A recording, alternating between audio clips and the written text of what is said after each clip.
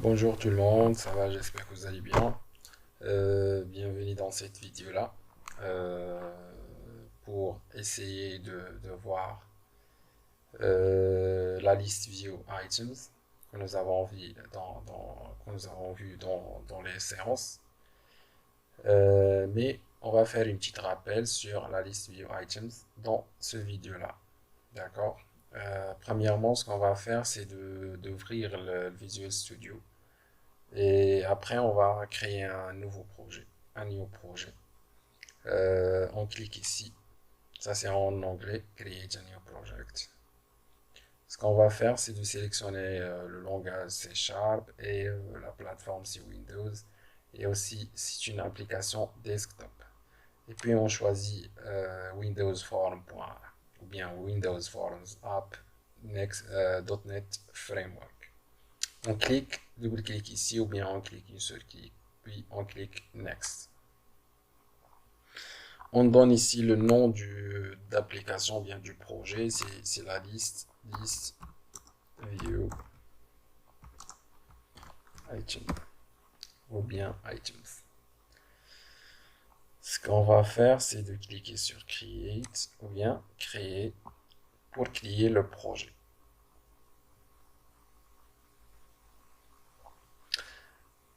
Il va créer le projet avec la première interface du projet.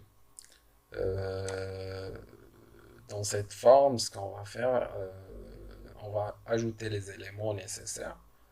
Euh, Ça veut dire on va ajouter des cases, on va ajouter des ondes du texte ou bien des text box. Et après, on va ajouter des boutons. Et quand on clique par exemple un bouton ajouter, il y a les informations qui sont dans les text box. Ils seront ajoutés dans la liste qui est en bas. D'accord.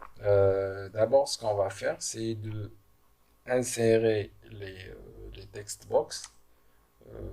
Combien? Par exemple, on va essayer d'ajouter un text box pour le matricule. C'est text box pour ajouter du texte. Si c'est pour ajouter le matricule, après on va ajouter ici le nom. Il y a d'autres. On va ajouter la date. On va ajouter une date. Pour ajouter la date, on cherche ici dans la boîte à outils, on cherche date time picker et on glisse ici. Ça, c'est la date d'embauche ou bien la date de recrutement ou bien la date de naissance. On peut ajouter ici la date de naissance. Après ça, ce qu'on va faire, c'est d'ajouter la catégorie. Pour ajouter la catégorie, on va ajouter ce qu'on appelle radius ou bien radius bouton ou bien radio bouton. Radio bouton, c'est essayer de sélectionner que ce soit là ou bien l'autre choix. Ça veut dire, ça c'est la catégorie. On va essayer d'ajouter ici une catégorie et dans l'autre, c'est une autre catégorie. Ça veut dire, nous avons deux. L'utilisateur va sélectionner une catégorie parmi les deux. Après ça, ce qu'on va faire, c'est de ajouter d'autres zones du texte pour ajouter le salaire. Ici, on peut mettre fonction ou bien catégorie. Ici, le salaire. Après ça, on peut ajouter un bouton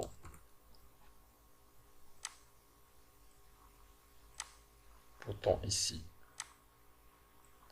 Après, on va changer le nom ou bien le texte du bouton. Mais on doit ajouter les trois boutons. On peut ajouter plus, mais pour moi, on va travailler sur ajouter et supprimer et quitter. D'accord, sur ces trois boutons. On peut ajouter aussi modifier, c'est possible, mais on va faire ces trois et après on peut réaliser, on peut faire la modification C d'un élément. Après, dernier élément qu'on va ajouter, c'est l'élément data ou bien liste. C'est liste. il y a data grid view, il y a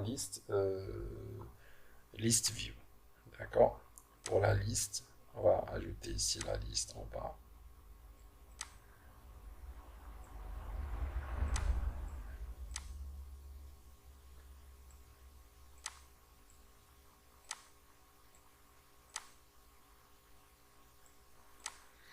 C'est bon. D'abord, ce qu'on va faire, c'est d'ajouter les colonnes dans la liste view. Ça veut dire les colonnes ici, on va ajouter des labels pour savoir chaque zone du texte et l'information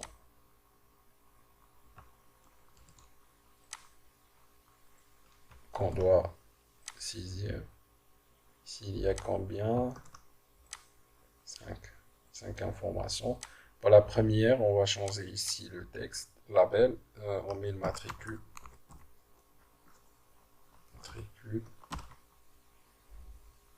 Deuxième label, c'est le nom. Troisième, c'est la date de naissance, par exemple. La date de naissance.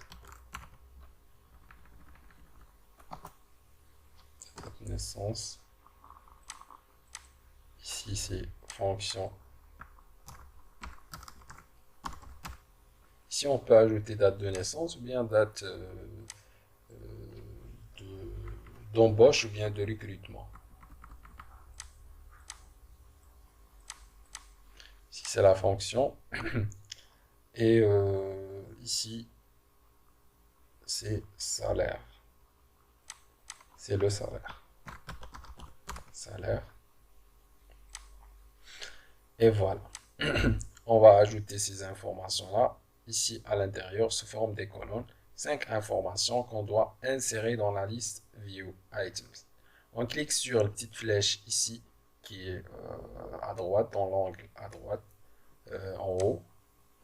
Puis on va venir ici sur View et on change ici large icône vers détail. Puis on clique Edit Column pour ajouter des colonnes. Comme on voit ici, il n'y a pas de colonne. Mais quand on clique sur Add, voilà, il y a un colonne qui sera ajouté ici. Si je clique deuxième fois, il y a l'autre qui sera ajouté encore. D'accord? Je supprime deuxième colonne et je laisse première colonne. Ici, il y a le nom de colonne, mais je laisse le nom comme il est. Je change que le texte du colonne.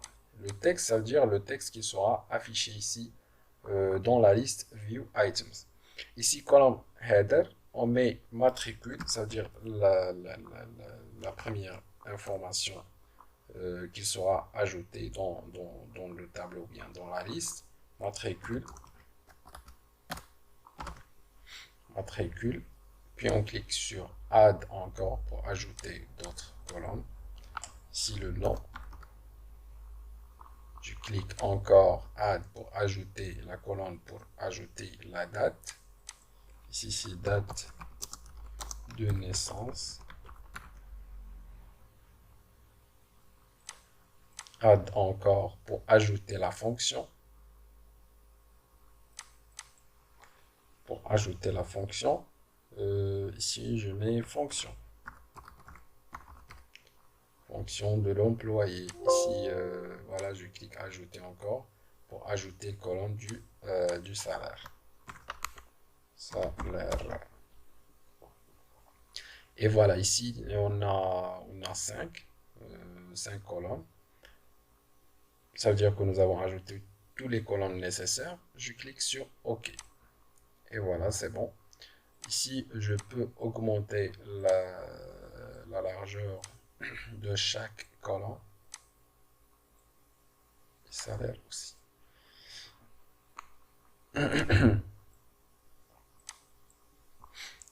C'est bon.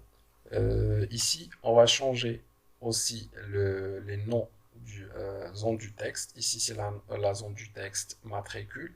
Ce qu'on va faire, c'est de sélectionner la zone du texte. Et puis, on va aller ici sur propriété pour chercher le nom, la propriété name.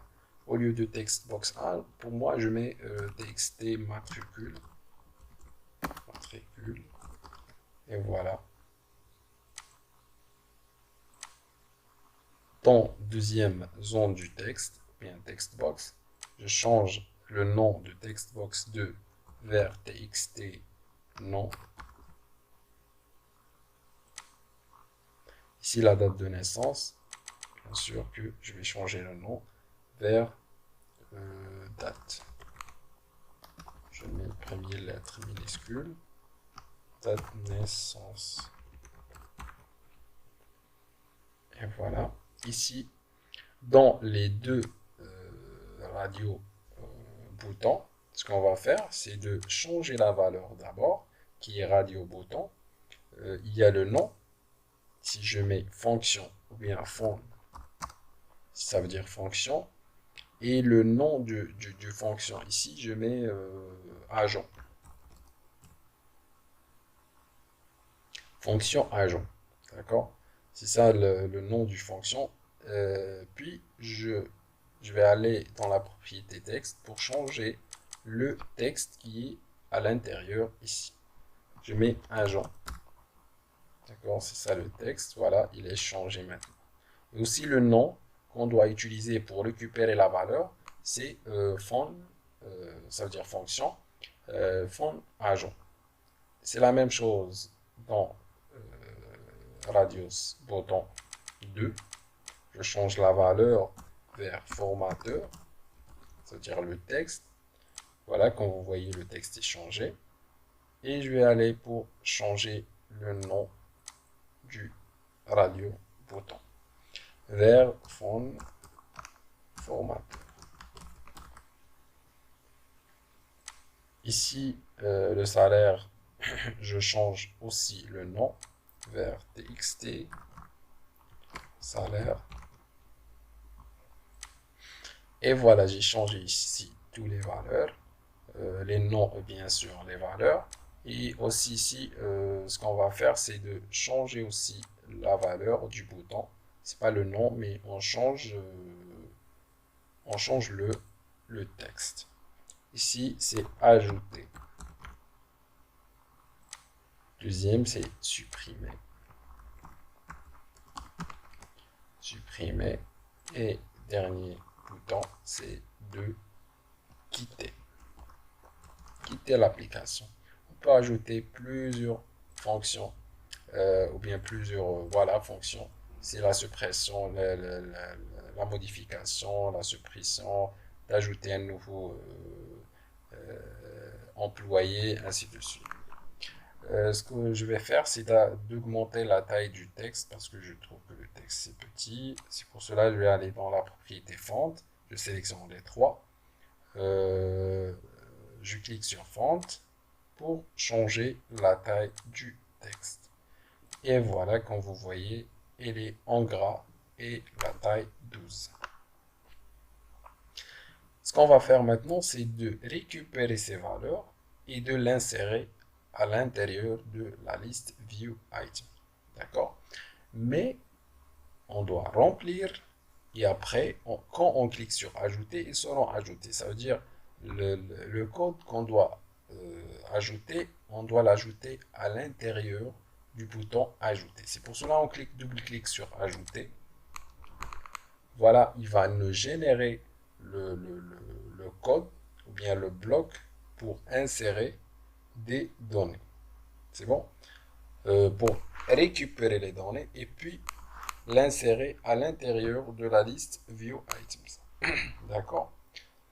Soit on va récupérer les valeurs et de l'insérer à l'intérieur des variables et après on doit l'insérer à l'intérieur de la liste View Item. Ou bien ce qu'on va faire c'est d'insérer directement les valeurs à l'intérieur de la liste View Item. D'accord? Premièrement, ce qu'on va faire, c'est de créer l'objet de la classe list view items, list view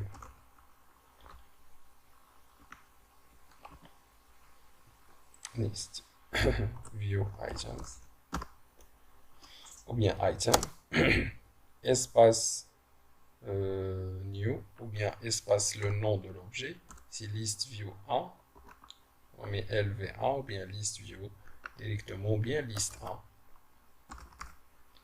list 1, ou bien list directement, égal à new, list view item.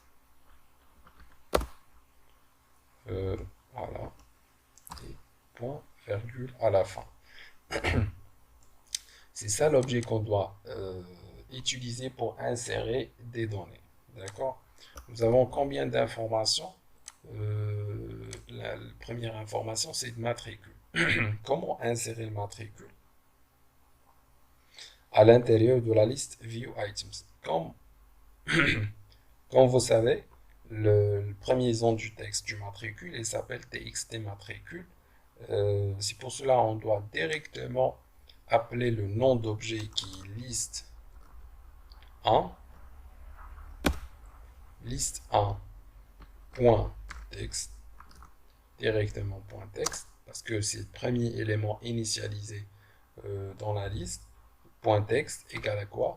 Égale à la valeur de la zone du texte de matricule qui est txt matricule point texte, bien sûr, point virgule. Voilà, le premier élément, c'est bien inséré dans la liste, dans l'objet liste 1. C'est bon, pour ajouter deuxième élément, c'est différent que le premier élément. C'est pour cela qu'on va appeler aussi le même objet qui est liste 1, point, cette fois sub-item, ça veut dire l'élément, ça c'est de la liste, premier élément de la liste, de la ligne, mais ici sub-item, c'est le colonne qui suit. C'est bon. Sub-item, point, add, ça veut dire la fonction add, pour ajouter d'autres éléments dans la ligne. Add entre parenthèses, c'est une fonction qui accepte. On peut entrer ici la valeur insérée dans sub-items. C'est deuxième valeur qui est le nom. Ça veut dire txt nom point texte. Et voilà, à la fin, on met ici point virgule. D'accord? Ici, pour les deux éléments, troisième élément, c'est la même chose, date naissance. C'est comme on veut d'insérer un texte. Mais voilà, c'est la même chose. Liste 1 point subitem subitems point add, même fonction pour ajouter un élément. Et on donne le nom de la zone du texte qui est date naissance point texte aussi. À la fin, on clique point virgule. Ça, c'est pour l'élément date. Mais la différence, c'est ici dans la fonction.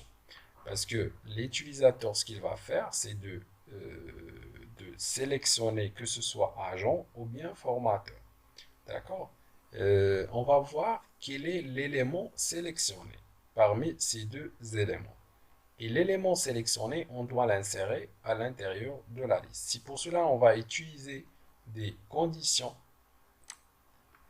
Comme vous savez ici, il s'appelle fun agent et l'autre c'est fun, ça veut dire fonction formateur. On vient ici, et ce qu'on va faire, c'est de créer une condition if et on va vérifier fun, c'est fun agent point checked si il est sélectionné ou bien il est coché. Ce qu'on va faire, et voilà, ce qu'on va faire, c'est d'insérer la valeur agent. Voilà, liste. On va ajouter ici le nom fun agent. Fun agent.text qui a la valeur agent. Ou bien directement ici, on peut mettre la valeur à l'intérieur agent. Comme vous voulez. D'accord? Pour moi, je préfère de faire ça. Agent.text pour insérer la valeur qui est agent aussi. Si premier il n'est pas sélectionné, ça veut dire que deuxième il est sélectionné. Mais s'il n'a pas sélectionné les deux, on ne peut pas l'insérer, on peut pas insérer la fonction. On peut faire une autre vérification s'il n'est pas sélectionné, tu dois afficher un message, mais ça c'est un peu compliqué. On laisse pour les prochaines vidéos, Inch'Allah. Sinon, ce que je vais mettre, else directement. Si le premier n'est pas sélectionné, ça veut dire que directement, deuxième, elle est sélectionnée. Au lieu de fond agent, je mets formateur ici. Voilà, c'est fond formateur.text. Ça veut dire, s'il est coché, il va insérer agent. S'il n'est pas coché, ça veut dire que formateur elle est coché. Il va insérer la valeur du radio bouton du formateur à l'intérieur de la quatrième colonne. D'accord? Ça nous reste le dernier colonne qui est du salaire. Ce qu'on va faire, c'est de convertir, parce que ici, la valeur, c'est de double. C'est bon, ça veut dire c'est double. Ce qu'on va faire, c'est de convertir avant d'insérer la valeur ici. Ou bien, on peut l'insérer directement parce que il sera affiché sous forme du texte. D'accord? Mais pour moi, je préfère de convertir le texte vers double, le type réel, et puis l'insérer dans la liste View Item. C'est pour cela que je vais copier-coller la ligne. Et au lieu de date de naissance, je vais mettre ici txt salaire.text. Mais je dois convertir le texte en double. Mais pour moi, je laisse texte sous forme du texte parce qu'on ne veut pas de faire des calculs. Quand on veut de calculer, par exemple, la somme, salaire plus prime, ou bien plus, la TVA, ou bien plus, je sais pas, des primes, on peut le convertir ça veut dire en double pour faire des calculs. Mais ici, je pense qu'on laisse comme texte. D'accord? Et voilà, à la fin, ce qu'on va faire, nous avons inséré ici les données dans le, dans dans l'objet créé, mais on doit insérer les informations qui ont dans l'objet à l'intérieur de la liste view items qui est là. Le nom de cette liste view items, on cherche le nom, c'est liste view 1. D'accord? Liste view 1, ce qu'on va faire, c'est liste view 1 pour insérer les données à l'intérieur. Point items, point add, même fonction, entre parenthèses, on met le nom de l'item, c'est liste 1. D'accord, et à la fin, on met point virgule. Si on passe au test, c'est-à-dire on clique Start ou bien exécuter, démarrer pour faire une exécution. Ici, le matricule 1, le nom c'est Miage. La date de naissance, on peut changer ici la date. On passe ici par exemple, juin 15. Agent, ici je mets le salaire par exemple de 5000 dirhams par exemple. Quand je clique sur ajouter, voilà, les informations seront ajoutées directement, la date de naissance, l'agent, salaire, ainsi de suite. D'accord? Ici, matricule. C'est bon? Je peux insérer d'autres si tu veux. Ici, Miage, Casa. On met que Miage Casa est créé en 2008. Voilà, ici, octobre, par exemple.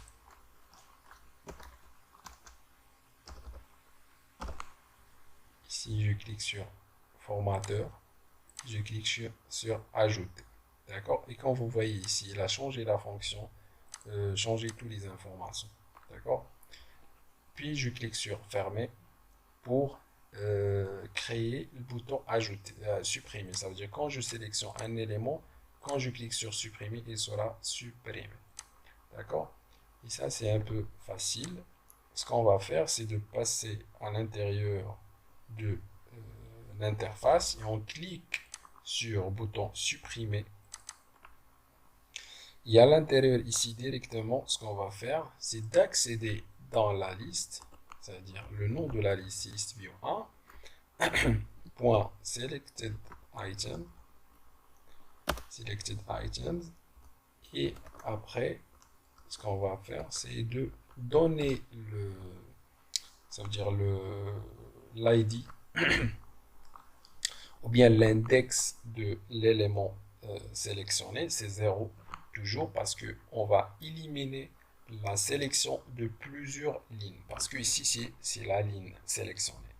Si nous avons, on va laisser la propriété de sélectionner plusieurs éléments, on doit pas utiliser 0 parce qu'il va supprimer que le premier élément dans la sélection. C'est bon, c'est pour cela ici on met 0, point, remove, c'est-à-dire une fonction de suppression pour supprimer l'élément sélectionné. D'accord? Quand on clique ici et venir dans la liste view, on va chercher ici une propriété de pour multi-select. Multi-select, c'est tout. Ça veut dire je peux sélectionner plusieurs sélections, mais ici je laisse que une seule sélection. Parce que si tu as sélectionné plusieurs, va supprimer que le premier élément sélectionné. D'accord? Ici, pour voilà, exécuter, on va voir si ça marche. On va lancer le test. Ici, c'est 44. Ici, c'est du test. J'ajoute, peu importe, agent, ici, salaire. Voilà. Je clique sur ajouter, oui, c'est ajouté. Ici, je change 33. C'est liage. Pointeur, ici, je change. Voilà. Je clique sur ajouter. Voilà, comme vous voyez, il y a deux éléments ici. Quand je veux sélectionner plusieurs éléments, je clique pour sélectionner plusieurs éléments, ça ne marche pas. Et voilà, comme vous voyez, je peux sélectionner que un élément. Quand je sélectionne l'élément 33, je clique sur supprimer, voilà l'élément est supprimé. Quand je clique sur ajouter, voilà c'est ajouté. Quand je sélectionne 44, je clique sur supprimer, voilà c'est supprimé. C'est bon, maintenant ça ne reste quand on clique sur quitter, voilà, le programme sera, ou bien la fenêtre sera fermée. Ça c'est facile aussi, on peut accéder au bouton quitter. On va ajouter la ligne 10.close pour fermer.